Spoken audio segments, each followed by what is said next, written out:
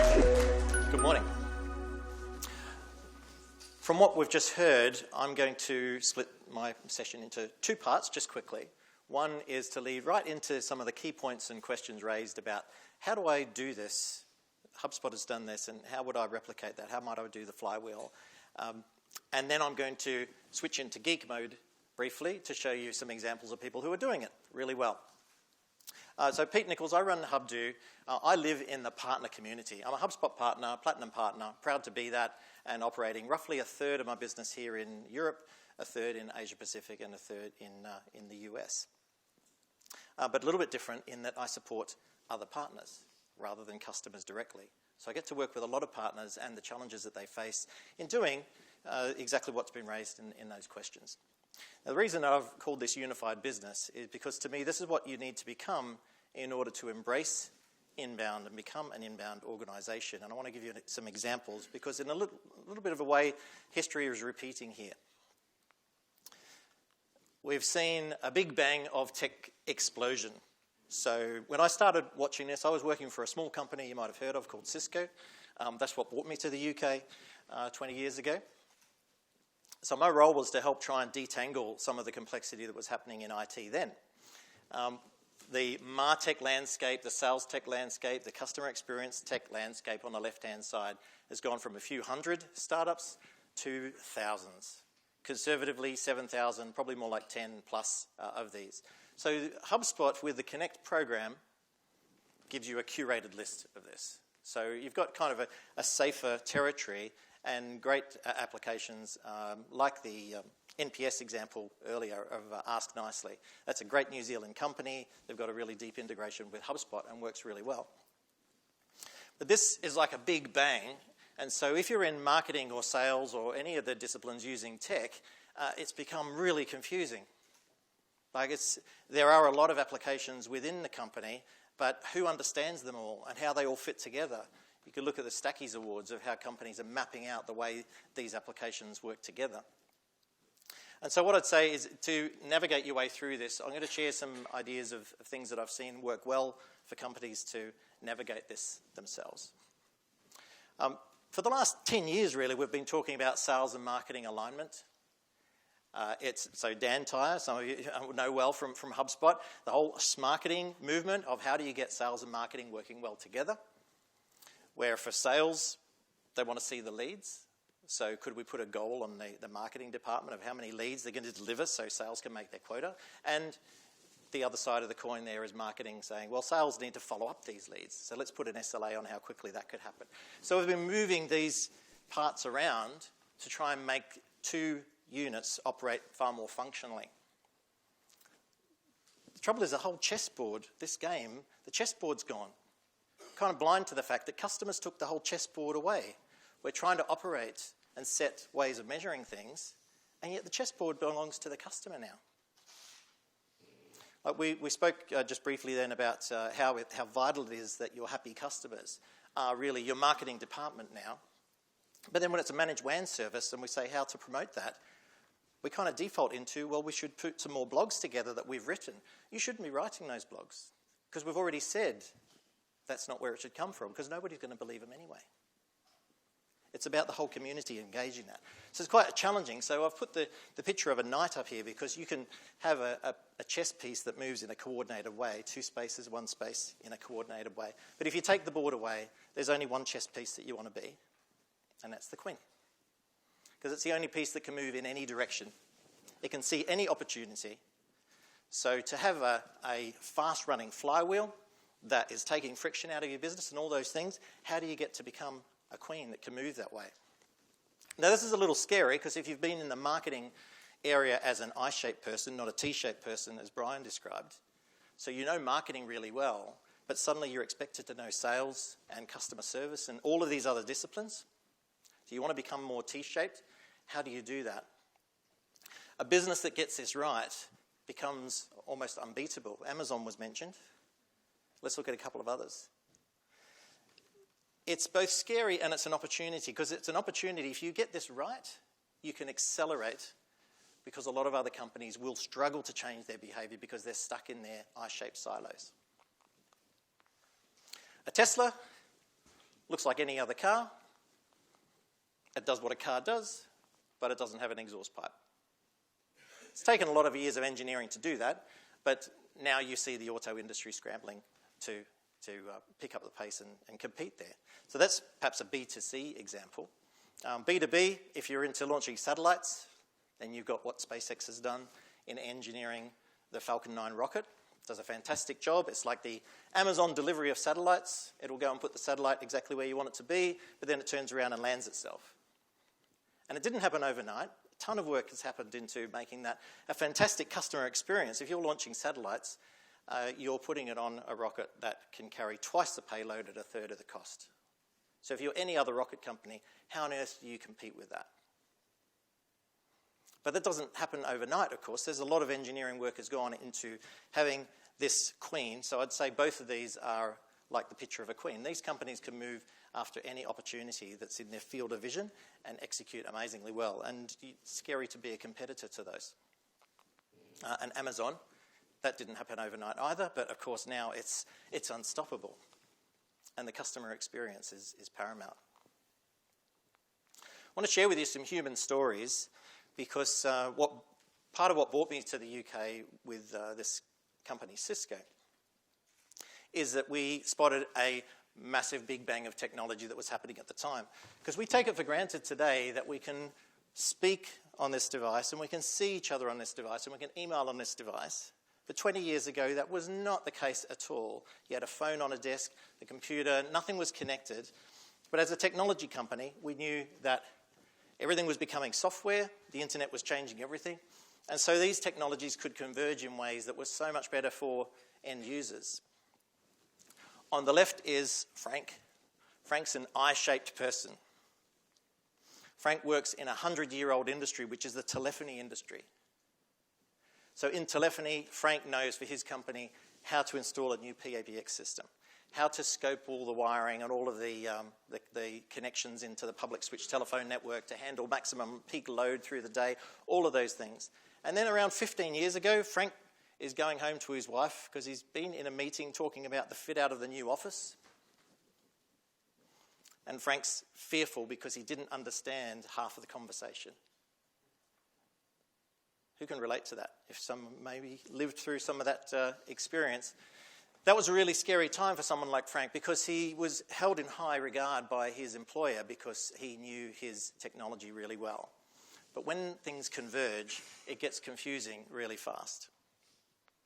So Frank either had to go and work for another company that was going to stick with traditional PABX voice systems or become T-shaped and embrace the change to figure out that voice and video and data were going to converge. So at the time, we built an architecture for that. It was called AVID. It's an architecture for voice, video, and integrated data. And it was my job in the UK and Ireland to make sure that that happened successfully. We had 130 engineers, and we wanted to make sure that that new technology went to market really, really well. And it was all through a partner community. Actually, could I get a water? Sorry. It was all through a partner community. So we had to take the partners that were like Frank as well. Thank you. We had to take the whole ecosystem through that change. So that's been done. It's game over. If you're not doing unified communications these days, then it's really hard to compete. So it was an opportunity and was a threat. Caroline's in the audience. I know we went through that, right, Caroline? Yeah, handling thousands of partners in that space to take them through that change to do solution selling. The chap in the middle, let's call him Michael. There were a lot of Michaels that I was helping to take through another change because Michael's a computing expert. He would put all the large computer systems into the server rooms of an office that held all the company's data and ERP systems and processing systems.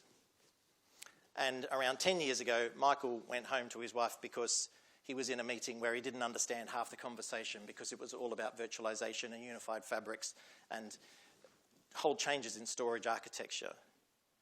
And he was an I-shaped person in server technology.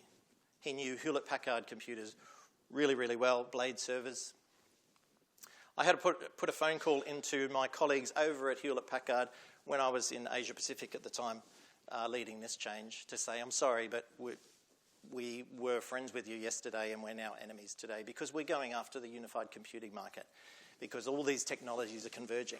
So I see a parallel there of where computing and these other technologies converged. So if you picture yourself as Michael, it's a frightening place to be. You know something really, really well. Your whole kind of self-worth is built on how well you know your topic, and suddenly someone takes your chessboard away. So you either default to standard behavior of what you know and stick with a company that stays and plays it safe, but you know you can't stay there. You need to become T-shaped to go through that. Unified computing, and we started with unified communications. And this is why I'm calling this unified business, because I see sales and marketing and all of these parts are forcing change, and it's the customer that's forcing that change, and the software is enabling it. And HubSpot's in a fantastic position to be that platform to allow you to do that and add on applications to that. Let's talk about Angela on the right here. Angela's a marketing manager.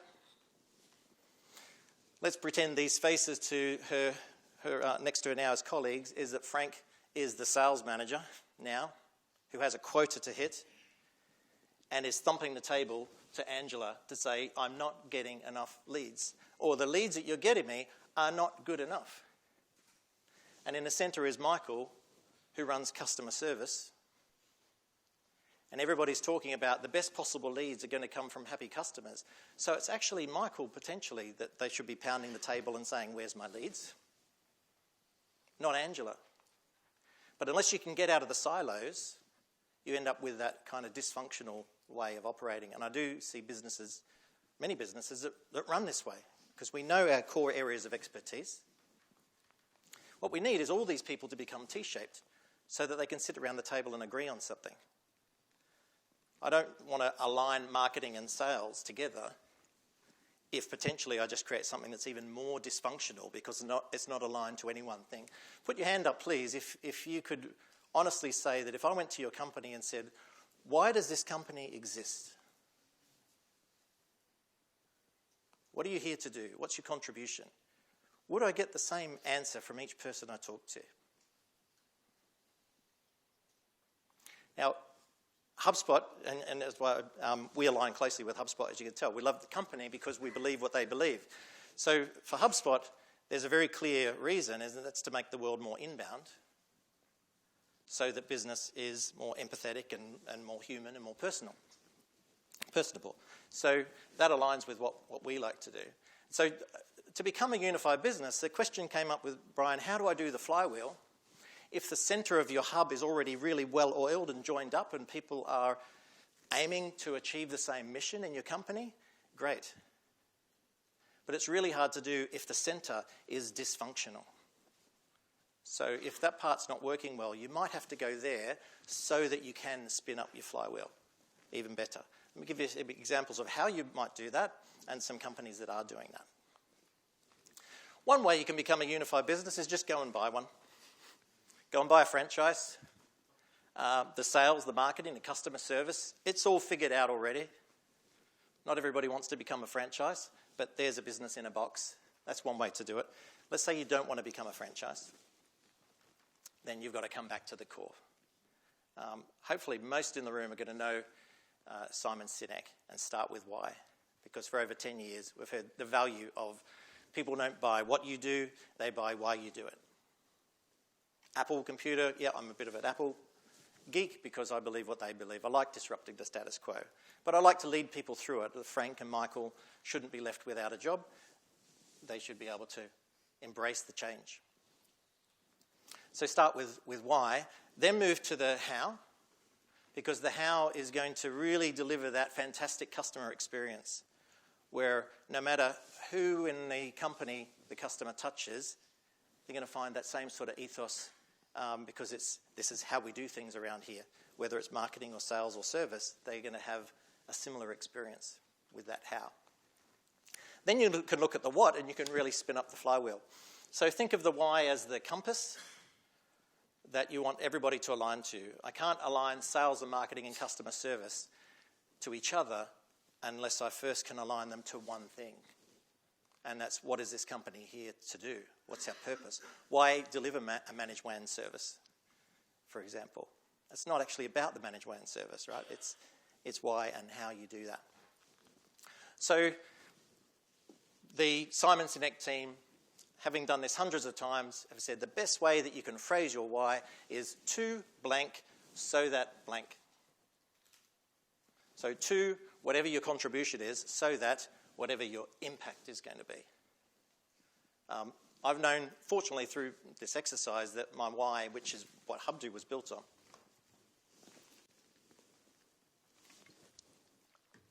is to give good business an unfair advantage. That's my why. Sound a bit strange, but I like giving good business an unfair advantage. What is a good business? It's one that enriches the lives of everyone that it touches. So that it is ethical companies that support our future. So I feel that aligns really well with who HubSpot is, and so I feel it's a great company to be a partner with. This is where you want to get to if you can get your why so that everybody at your organisation knows why you exist. Then become T-shaped. So let's look at some ways to become T-shaped, because it's so vital. Your organisation probably looks more like the wheel on the right as far as all the parts of the company that your customer might touch, because they own the rule book now. So all of the people within that, you want to become T-shaped if possible. In reality, that's really hard to do out to every single individual, but the leadership team at least should become T-shaped. One of the ways that we fix that at Cisco to become T-shaped, we take somebody, let's say in direct sales, into, say, BT, who didn't understand the channel, and we make them run the channel. It's poacher turn gatekeeper strategy. You give the job to somebody and they sure as heck understand it pretty quickly. So to become T-shaped, to be able to see in 360, I'd recommend reading. In fact, I was thinking, Clued, after today's session, we could put out a recommended reading list. If you're in sales, what are the books that you should be reading to understand more about marketing? It could be several of the books by Brian's friend, David Mimm and Scott. I think The New Rules of PR and Marketing are a great place to start if you want to understand more marketing. He also has a book, New Rules of Sales and Service. If you're in B2B, The Challenger Sale and also The Challenger Customer, those are really good books that you can read. And on the customer service side, if you don't know that much about NPS, read The Ultimate Question by Fred Reichheld. So there's ways, and just simply having common knowledge to get around the table and be able to plan. There's also a shortcut you can do. So I'm going to give you a little cheat here. Sarah will recognise this slide because I've borrowed this. You heard Sarah had a question earlier from Tribal Impact. Fantastic company on the south coast here in the UK. Tribal Impact maps your organisation, the individuals, into how comfortable they feel in social media and their ability to engage. And sure, you can get this is on the website as well, isn't it, Sarah? So if people are photographing, I think you could just grab it. This is to deliver on Sarah's why. So why does Tribal Impact exist? Tribal Impact exists to raise the voices of employees so that brands and companies can build true, genuine human trust relationships with customers. That's Tribal's why. Aligns with ours, so we love working with Tribal. Here's an example of the impact that this can have. This is like a shortcut to prime the pump on becoming T-shaped, because you can quickly get everybody involved in social selling, and it really pays off. This example, Henkel, that Sarah shared with me, this is a big exercise. This is 300 plus sales and marketing teams, and over the course of the duration, how long did this run for, Sarah, this project? 6 months. 6 months. So 12 million euros worth of new pipeline. 2 to 4 years is the norm for procurement and everybody getting on board to agree. Amazingly, that happens a whole lot faster when social selling has mobilised the whole company. And it was achieved in half the time that was expected. So becoming T-shaped, lots of reading, all of that, that sounds like it's a fairly slow-moving thing. If you look into social selling for your organisation, it can quickly get a lot of people on the same page and prime the pump. And you'll be here in the break, Sarah, I guess, if people want to talk to you.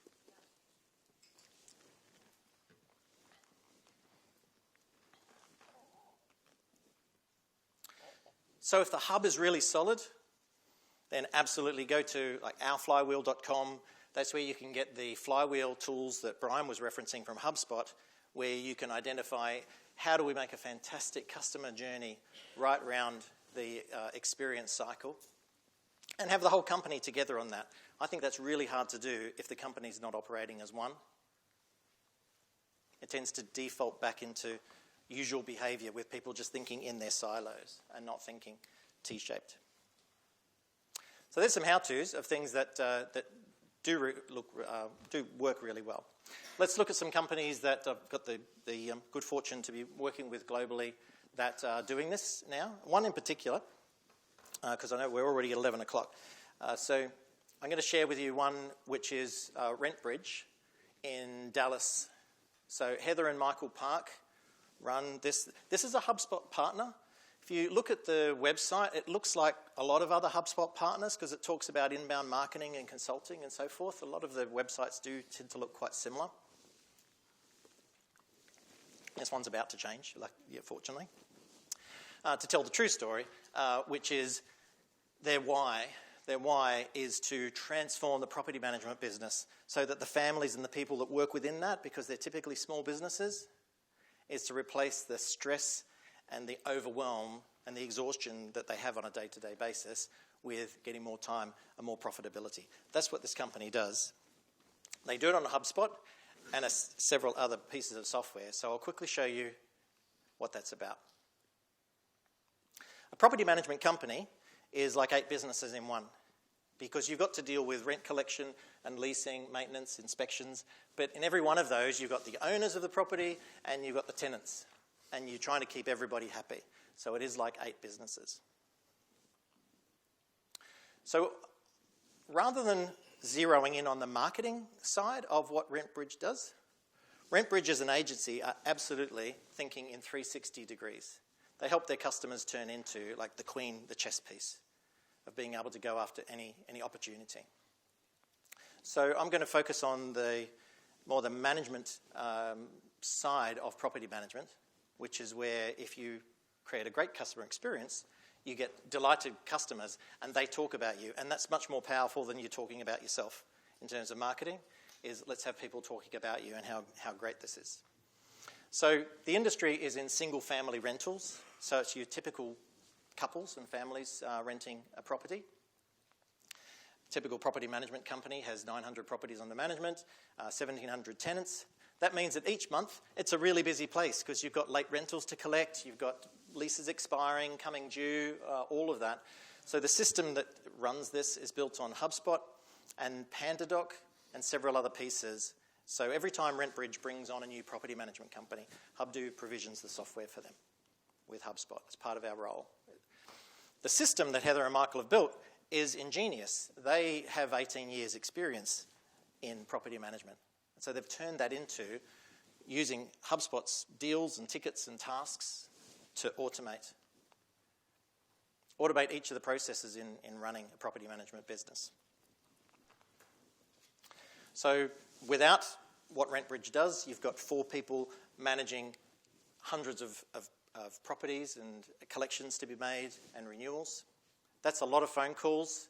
That's a lot of human contact that's really expensive and difficult to scale. So they've mapped out, there's so much engineering work has gone into creating a great customer experience and a very efficient process in each of these cycles. So this is just in the collections deal pipeline stages. You can see the work that's been going on. Behind the scenes, they've been taking the exhaust pipe off the Tesla, or they've been landing the rockets, because the work that's gone in to make this a great product is significant. Just one thing that it does is a cash for keys program. So there's some automations in here. HubSpot, using a couple of other plugins, so one of those is Sales Message, which sends a text message, and also emails.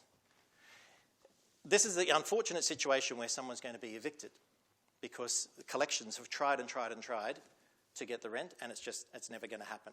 So to keep the property owner happy, unfortunately, that property has to be vacated. But you want to do it in as a humanly empathetic way as possible, and one of the ways is using a cash for keys program, because often what happens is in that situation is that the unit gets trashed, and then they can't let it again. It needs repair. Everybody loses in that situation.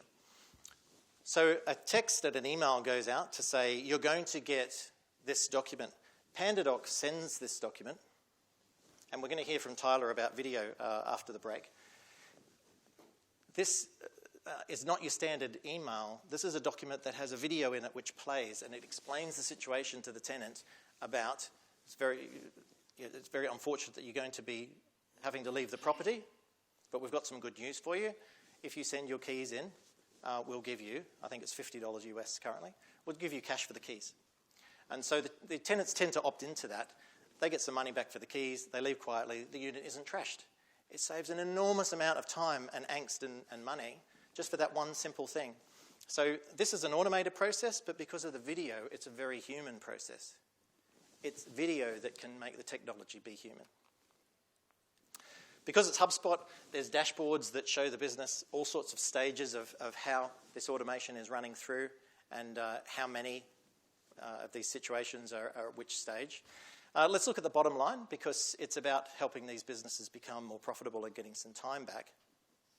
The labour that's involved, the cost of the Cash for Keys program. If we just sum up what that one thing out of the many parts of this system will do, it saves about $1,000 a day,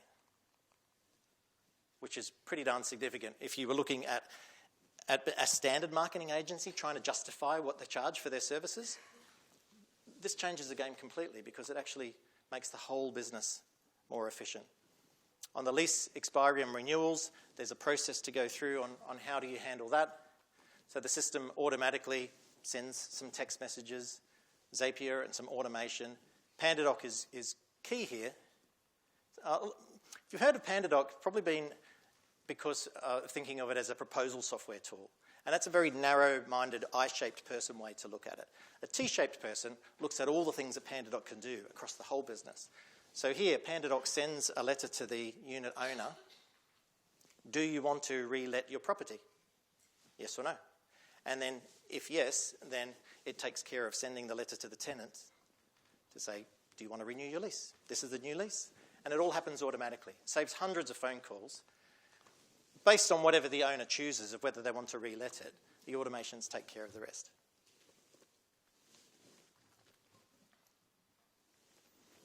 Including sending out the PandaDoc to close the loop. So that as well, there's another $109,000 worth of saving in that piece.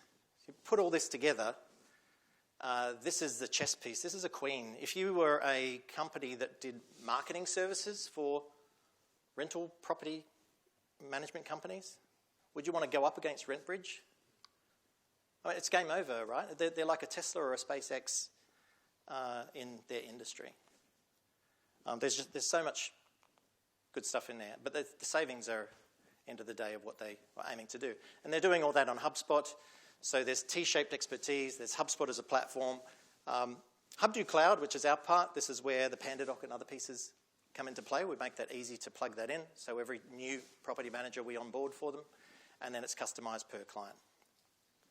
I do have one other quick example, but just based on time, I'll mention Myrna, who is also in the US, who focuses on travel, helping travel agencies, because she believes that she can make the world a better place because travel helps to do that. So Myrna's why is on helping travel agencies, and she's doing like what RentBridge have done, building a complete business system for travel agencies. Not just looking at marketing, looking at the sales, looking at customer service, right around to complete the customer experience so that travel agencies would be crazy not to work with you, with her. That's the end of what I wanted to cover with you. In the two parts, I've given you some ideas on, I think, if you're not sure how you would apply a flywheel to your business because the hub doesn't seem that well-oiled today and that sales and marketing and customer service aren't all singing from the same hymn sheet, then align it to your why. I'd highly recommend that as an exercise. There's some great tools. In fact, Simon Sinek's website, there's a set of tools that you can now use online to do a personal why, but there's also a book called Find Your Why, and that gives a company and a team the methodology to find your why, to align to. I'm going to wrap it up. Because I'm not a... What was Brian's band? Is Yeah. Brian's going to be upstairs. We're going to have a break now. Thank you so much, Pete, for that. It is so much more than Can I ask one favour? Yeah. Just to help remember what you've learned from here, because don't go back to marketing and start writing your own blogs, please. Let's get back down here at 11:30. One second. Yeah. I want you to click with me, just really briefly.